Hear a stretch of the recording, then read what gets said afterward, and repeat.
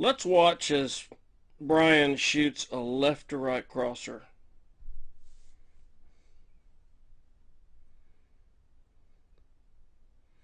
I just love watching it. Let's watch it one more time.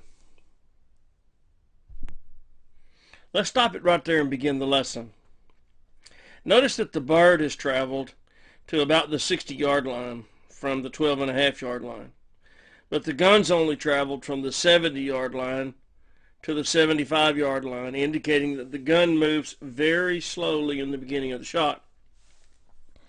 The trick here is to move away from the action. That's what you have to train. Your hands are going to want to go to the action, but we want you to move away from the action.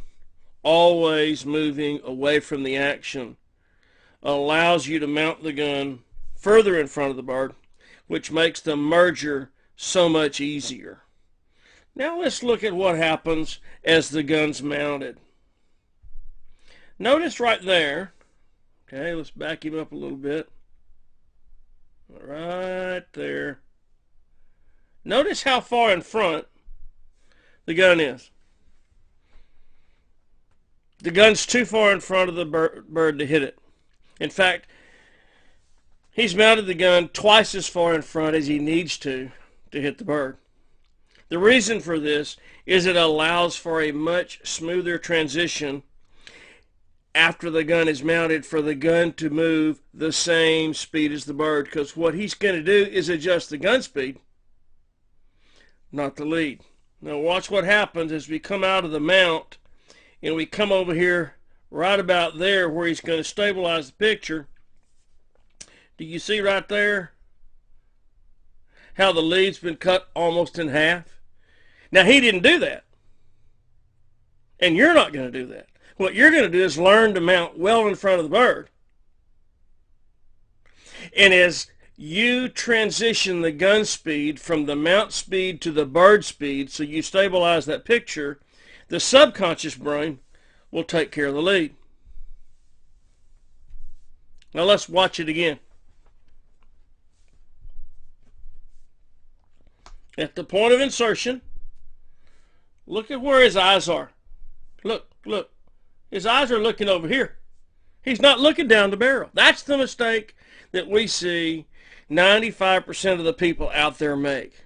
At the point of insertion, their eyes look straight down that barrel, which means they come off of the target, which means the gun stops. Then they have to jump back and look at the target.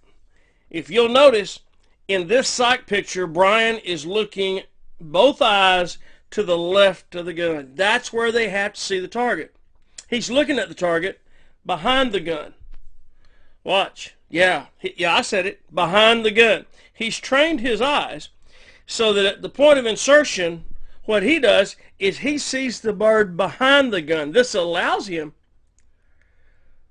to accept the muzzle in the picture and maintain gilt-edge focus on the front of the target, which gives his retina the opportunity to interpret the lead and give it to the subconscious brain, and the subconscious brain adjusts the lead as Brian adjusts the gun speed. Yep. The retina figures the lead. Yeah, the retina of the eye. So, now watch it right here. The other problem we see that most people have with mounting in front of the bird and trying to maintain some connection with the bird is they don't mount far enough in front for the transition to be smooth. You're going to find that if you can mount that gun as much as 3 or 4 times too far in front of that bird to hit it, if you can just keep your eyes to the left of that gun, back on that bird, and see that bird behind that barrel, as you adjust the gun speed as the bird comes to you, when the picture's stable, the subconscious has done its job. All you have to do is maintain focus on the target and adjust the gun speed to the bird speed. When the picture's stable, take the shot. Let's look at it one more time. Right at the end, mount, adjust, shoot.